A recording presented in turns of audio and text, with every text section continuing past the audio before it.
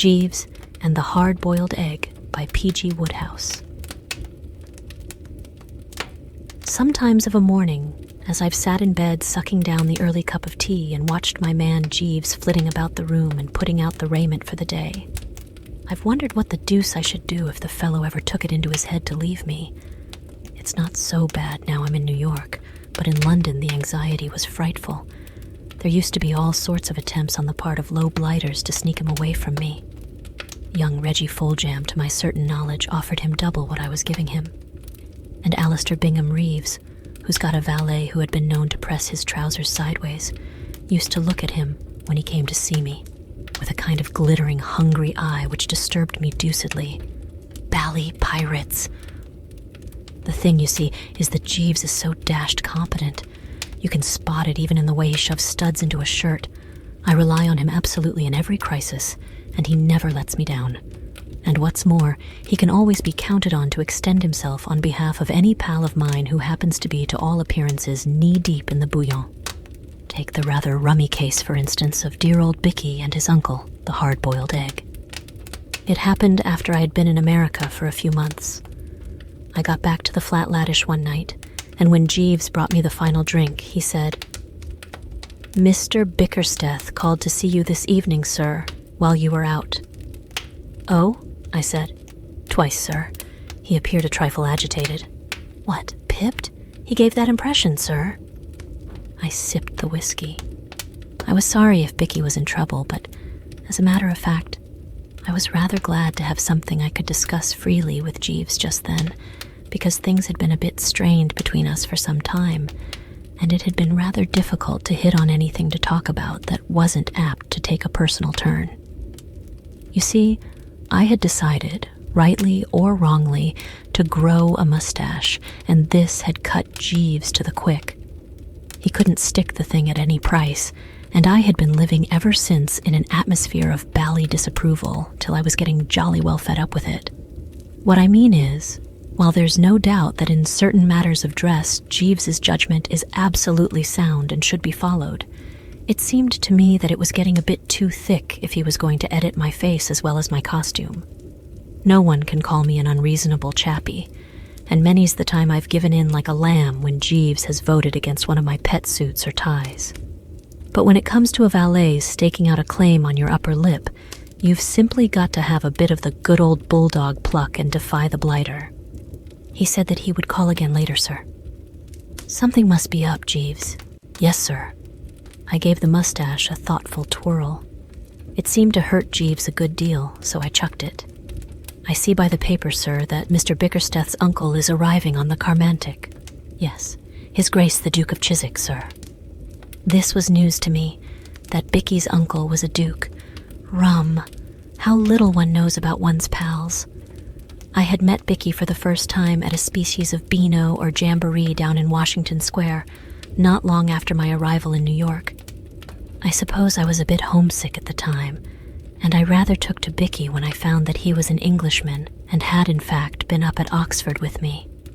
Besides, he was a frightful chump, so we naturally drifted together, and while we were taking a quiet snort in a corner that wasn't all cluttered up with artists and sculptors and whatnot, he furthermore endeared himself to me by a most extraordinarily gifted imitation of a bull terrier chasing a cat up a tree. But though we had subsequently become extremely pally, all I really knew about him was that he was generally hard up and had an uncle who relieved the strain a bit from time to time by sending him monthly remittances. "If the Duke of Chiswick is his uncle," I said, "why hasn't he a title? Why isn't he Lord Whatnot?" "Mr. Bickersteth is the son of His Grace's late sister, sir, who married Captain Rollo Bickersteth of the Coldstream Guards." Jeeves knows everything. "Is Mr. Bickersteth's father dead too?" "Yes, sir." "Leave any money?" "No, sir." I began to understand why poor old Bicky was always more or less on the rocks. To the casual and irreflective observer, if you know what I mean, it may sound a pretty good wheeze having a duke for an uncle, but the trouble about old Chiswick was that, though an extremely wealthy old buster, owning half London and about 5 counties up north, he was notoriously the most prudent spender in England. He was what American chappies would call a hard-boiled egg. If Bicky's people hadn't left him anything and he depended on what he could prize out of the old Duke, he was in a pretty bad way. Not that that explained why he was hunting me like this, because he was a chap who never borrowed money. He said he wanted to keep his pals, so never bit anyone's ear on principle. At this juncture, the doorbell rang. Jeeves floated out to answer it. "Yes, sir. Mr. Wooster has just returned," I heard him say. And Bicky came trickling in, looking pretty sorry for himself. "Hello, Bicky," I said. "Jeeves told me you had been trying to get me. Jeeves, bring another glass, and let the revels commence. What's the trouble, Bicky?" "I'm in a hole, Bertie. I want your advice." "Say on, old lad." "My uncle's turning up tomorrow, Bertie." "So Jeeves told me." "The Duke of Chiswick, you know." "So Jeeves told me." Bicky seemed a bit surprised. Jeeves seems to know everything. Rather rummily. That's exactly what I was thinking just now myself.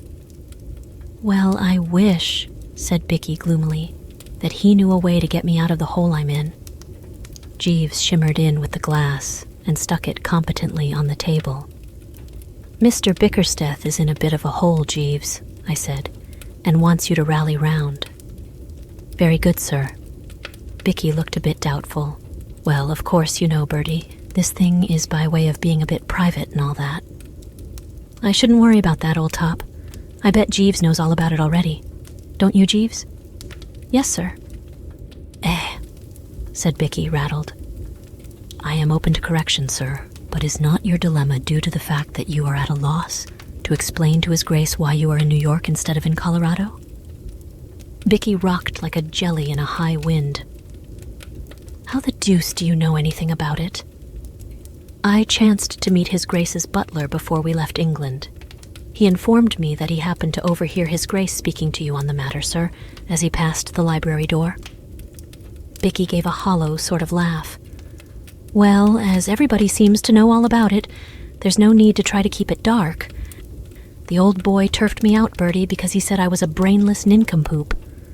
The idea was that he would give me a remittance on condition that I dashed out to some blighted locality of the name of Colorado and learned farming or ranching or whatever they call it at some bally ranch or farm or whatever it's called.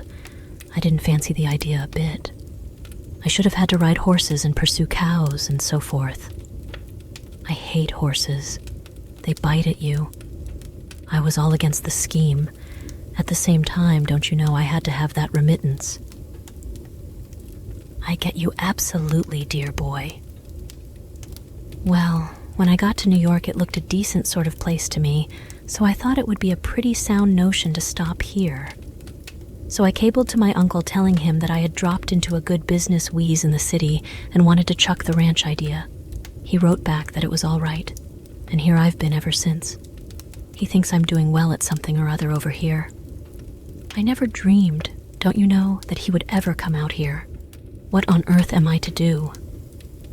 "Jeeves," I said, "what on earth is Mr. Bickersteth to do?"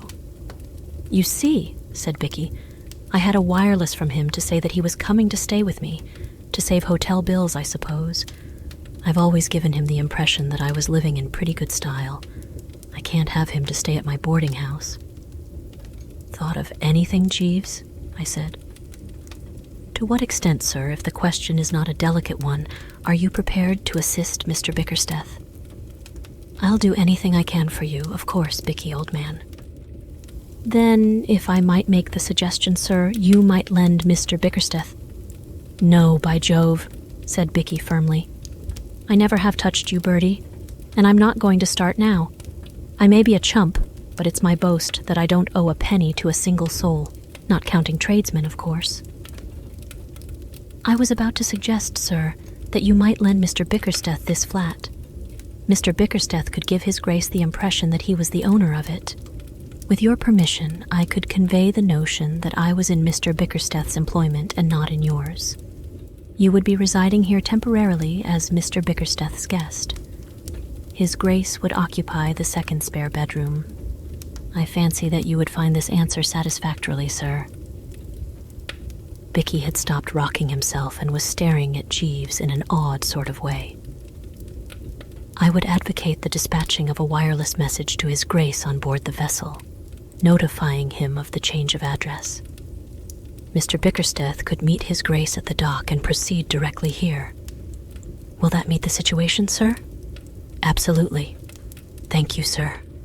Bicky followed him with his eye till the door closed. How does he do it, Bertie?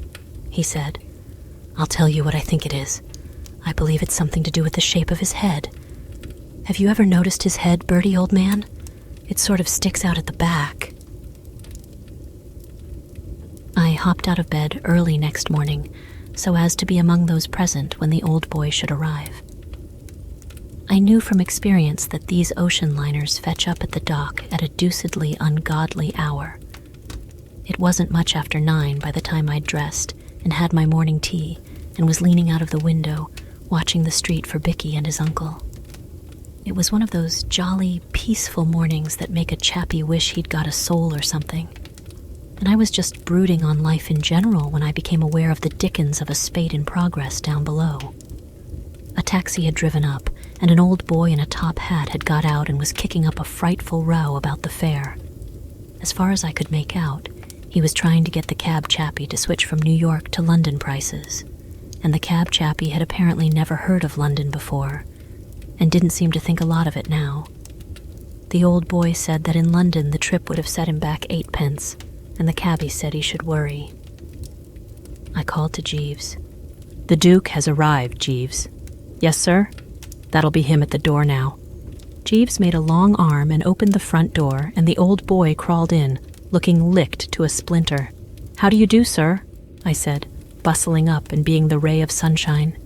Your nephew went down to the dock to meet you, but you must have missed him. My name's Wooster, don't you know? Great pal of Bicky's and all that sort of thing. I'm staying with him, you know. Would you like a cup of tea? Jeeves, bring a cup of tea. Old Chiswick had sunk into an armchair and was looking about the room. Does this luxurious flat belong to my nephew Francis? Absolutely. It must be terribly expensive. Pretty well, of course. Everything costs a lot over here, you know. He moaned. Jeeves filtered in with the tea. Old Chiswick took a stab at it to restore his tissues and nodded. A terrible country, Mr. Wooster. A terrible country. Nearly 8 shillings for a short cab drive. Iniquitous. He took another look round the room. It seemed to fascinate him. Have you any idea how much my nephew pays for this flat, Mr. Wooster? About $200 a month, I believe. What? £40 a month? I began to see that unless I made the thing a bit more plausible, the scheme might turn out a frost. I could guess what the old boy was thinking. He was trying to square all this prosperity with what he knew of poor old Bicky. And one had to admit that it took a lot of squaring, for dear old Bicky, though a stout fellow and absolutely unrivaled as an imitator of bull terriers and cats, was in many ways one of the most pronounced fatheads that ever pulled on a suit of gents' underwear. I suppose it seems rummy to you, I said, but the fact is, New York often bucks chappies up and makes them show a flash of speed that you wouldn't have imagined them capable of. It sort of develops them. Something in the air, don't you know? I imagine that Bicky in the past, when you knew him, may have been something of a chump, but it's quite different now.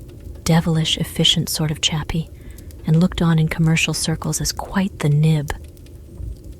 I am amazed. What is the nature of my nephew's business, Mr. Wooster? Oh, just business, don't you know? The same sort of thing Carnegie and Rockefeller and all these coves do, you know. I slid for the door. Awfully sorry to leave you, but I've got to meet some of the lads elsewhere. Coming out of the lift, I met Bicky bustling in from the street. Hello, Bertie. I missed him. Has he turned up? He's upstairs now, having some tea. He's absolutely rattled. Ripping. I'll be toddling up then. Toodaloo, Bertie, old man. See you later. Pip-pip, Bicky, dear boy.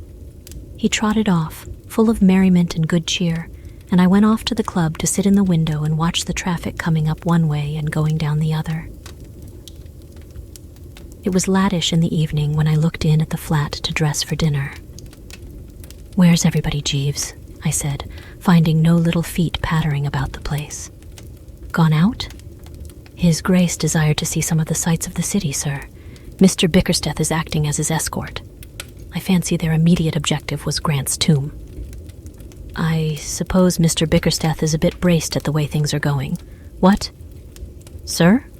"I say I take it that Mr. Bickersteth is tolerably full of beans." "Not altogether, sir." "What's his trouble now?"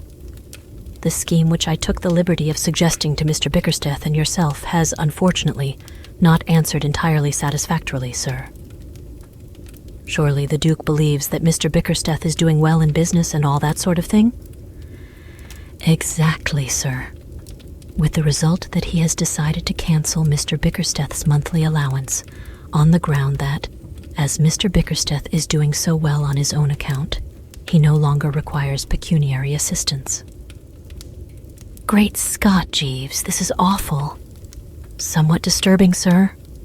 I never expected anything like this. I confess I scarcely anticipated the contingency myself, sir." "I suppose it bowled the poor blighter over absolutely?" Mr. Bickersteth appeared somewhat taken aback, sir. My heart bled for Bicky. "We must do something, Jeeves." "Yes, sir. Can you think of anything?" "Not at the moment, sir. There must be something we can do."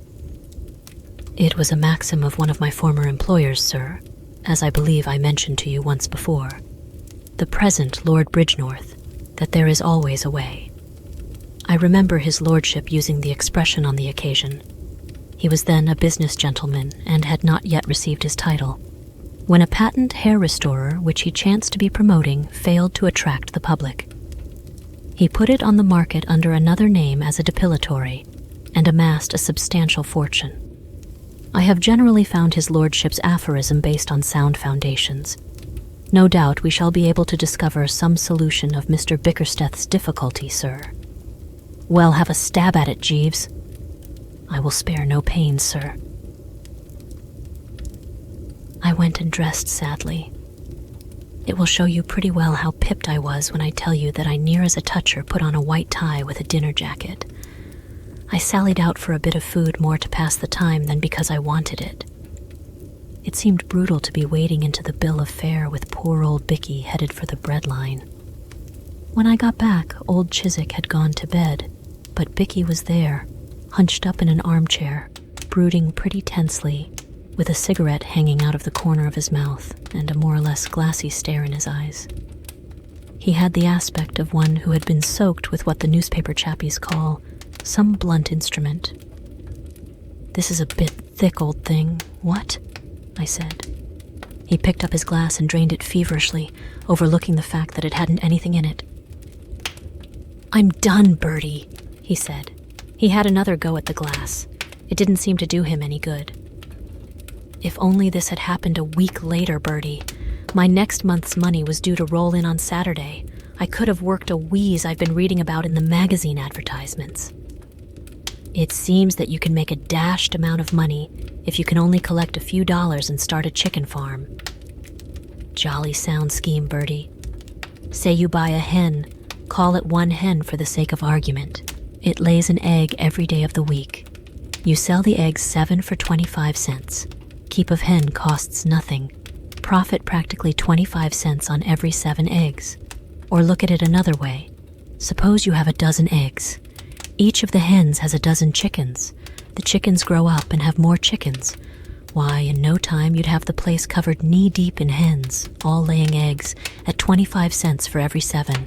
You'd make a fortune. Jolly life, too, keeping hens." He had begun to get quite worked up at the thought of it, but he slopped back in his chair at this juncture with a good deal of gloom. "But, of course, it's no good," he said, "because I haven't the cash." "You've only to say the word, you know, Bicky, old top." "Thanks awfully, Bertie, but I'm not going to sponge on you. That's always the way in this world.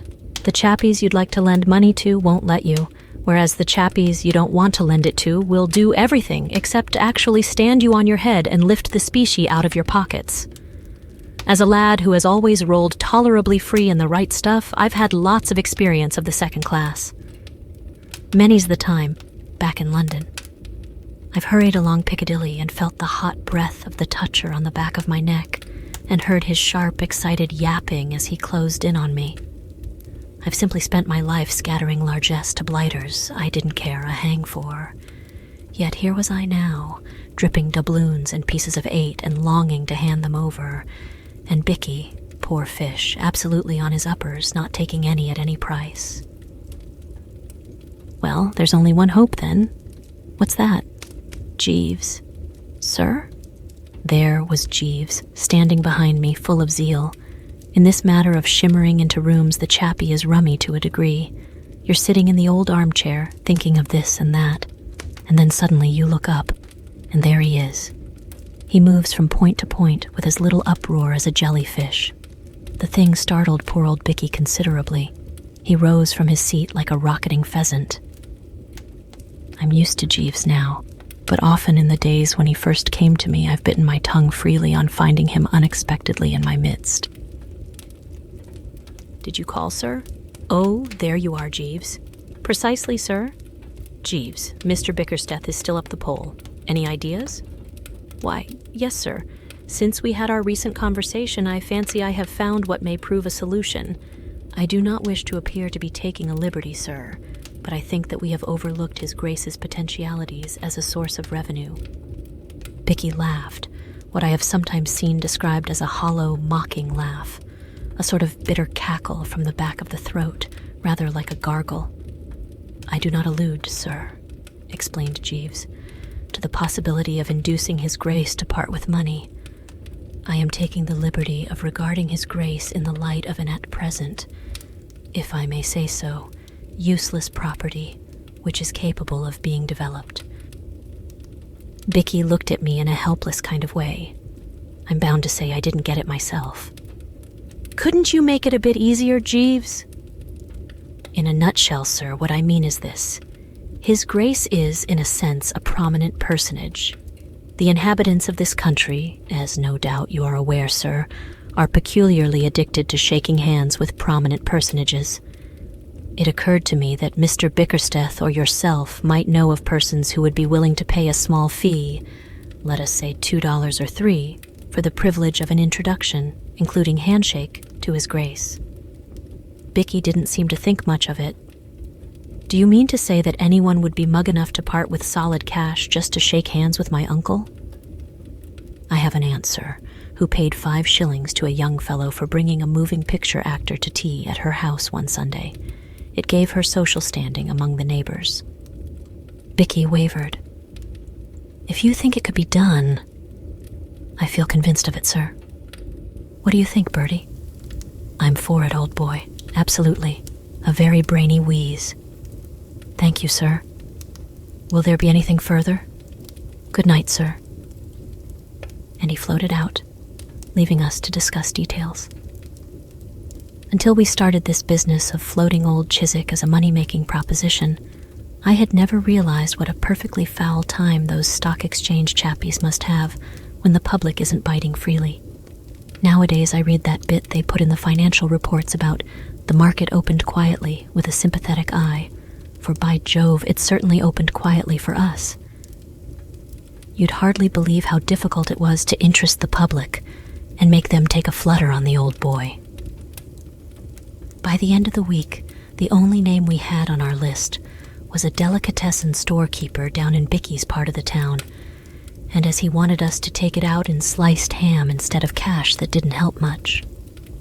There was a gleam of light when the brother of Bicky's pawnbroker offered $10, money down, for an introduction to old Chiswick. But the deal fell through, owing to its turning out that the chap was an anarchist and intended to kick the old boy instead of shaking hands with him. At that, it took me the deuce of a time to persuade Bicky not to grab the cash and let things take their course. He seemed to regard the pawnbroker's brother rather as a sportsman and benefactor of his species than otherwise. The whole thing, I'm inclined to think, would have been off if it hadn't been for Jeeves. There is no doubt that Jeeves is in a class of his own. In the matter of brain and resource, I don't think I have ever met a chappie so supremely like Mother Maid. He trickled into my room one morning with a good old cup of tea and intimated that there was something doing. "Might I speak to you with regard to that matter of His Grace, sir?" "It's all off. We've decided to chuck it." "Sir?" "It won't work. We can't get anybody to come." "I fancy I can arrange that aspect of the matter, sir." "Do you mean to say you've managed to get anybody?" "Yes, sir. 87 gentlemen from Birdsburg, sir." I sat up in bed and spilt the tea. "Birdsburg?" "Birdsburg, Missouri, sir." "How did you get them?" "I happened last night, sir, as you had intimated that you would be absent from home, to attend a theatrical performance, and entered into conversation between the acts with the occupant of the adjoining seat. I had observed that he was wearing a somewhat ornate decoration in his buttonhole, sir. A large blue button with the words, 'Boost for Birdsburg,' upon it in red letters. Scarcely a judicious addition to a gentleman's evening costume. To my surprise, I noticed that the auditorium was full of persons similarly decorated.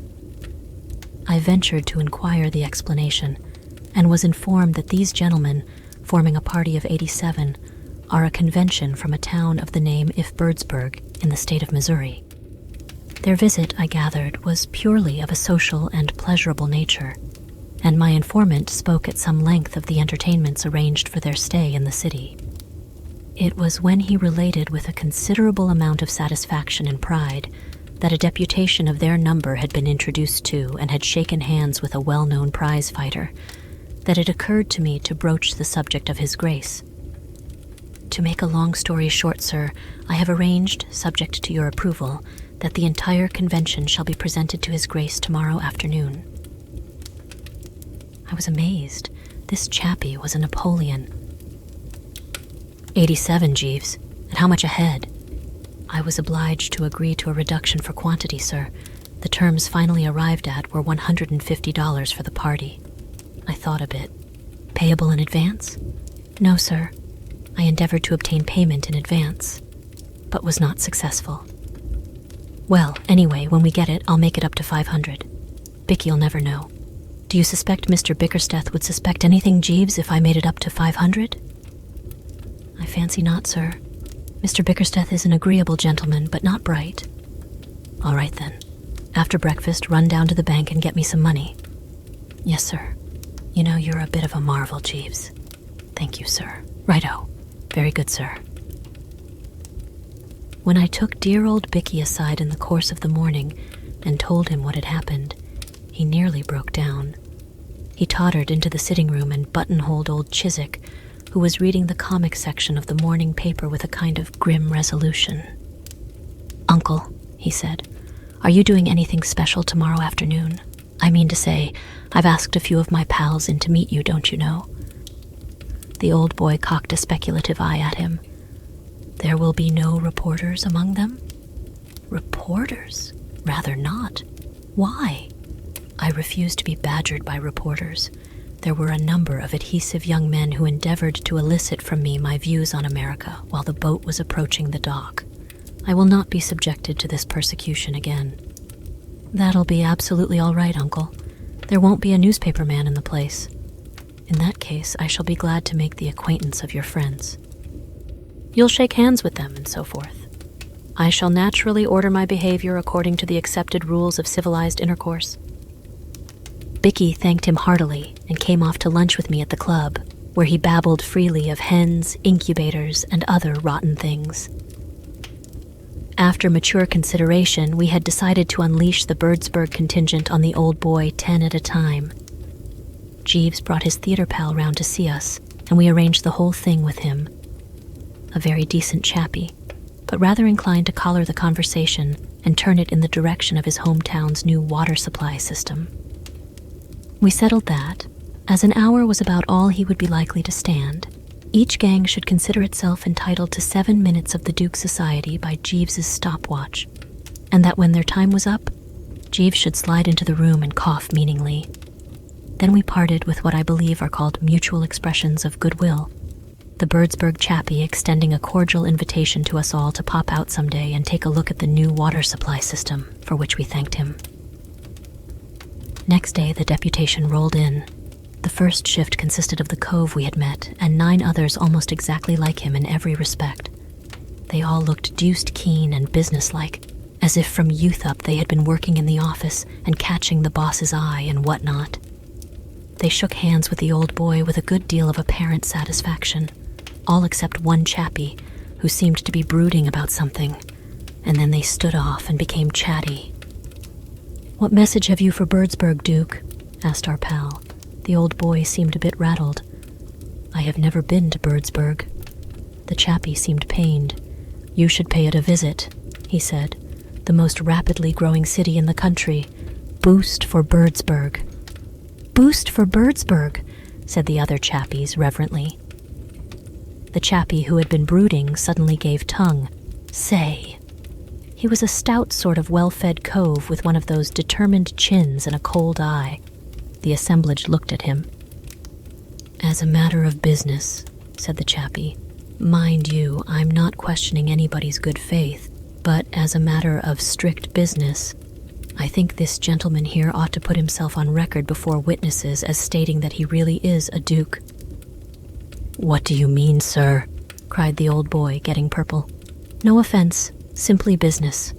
I'm not saying anything, mind you, but there's one thing that seems kind of funny to me. This gentleman here says his name's Mr. Bickersteth, as I understand it. Well, if you're the Duke of Chiswick, why isn't he Lord Percy something? I've read English novels and I know all about it." "This is monstrous." "Now don't get hot under the collar. I'm only asking. I've a right to know. You're going to take our money, so it's only fair that we should see that we get our money's worth." The water supply cove chipped in. "You're quite right, Sims. I overlooked that when making the agreement. You see, gentlemen, as businessmen, we've a right to reasonable guarantees of good faith. We are paying Mr. Bickersteth here $150 for this reception, and we naturally want to know—" Old Chiswick gave Bicky a searching look. Then he turned to the water supply chappie. He was frightfully calm. "I can assure you that I know nothing of this," he said, quite politely. "I should be grateful if you would explain." "Well, we arranged with Mr. Bickersteth that 87 citizens of Birdsburg should have the privilege of meeting and shaking hands with you for a financial consideration mutually arranged. And what my friend Sims here means, and I'm with him, is that we have only Mr. Bickersteth's word for it, and he is a stranger to us, that you are the Duke of Chiswick at all." Old Chiswick gulped. "Allow me to assure you, sir," he said in a rummy kind of voice, "that I am the Duke of Chiswick." "Then that's all right," said the chappie heartily. "That was all we wanted to know. Let the thing go on." "I am sorry to say," said old Chiswick, "that it cannot go on. I am feeling a little tired. I fear I must ask to be excused." "But there are 77 of the boys waiting round the corner at this moment, Duke, to be introduced to you. I fear I must disappoint them. But in that case, the deal would have to be off." "That is a matter for you and my nephew to discuss." The chappie seemed troubled. "You really won't meet the rest of them? No?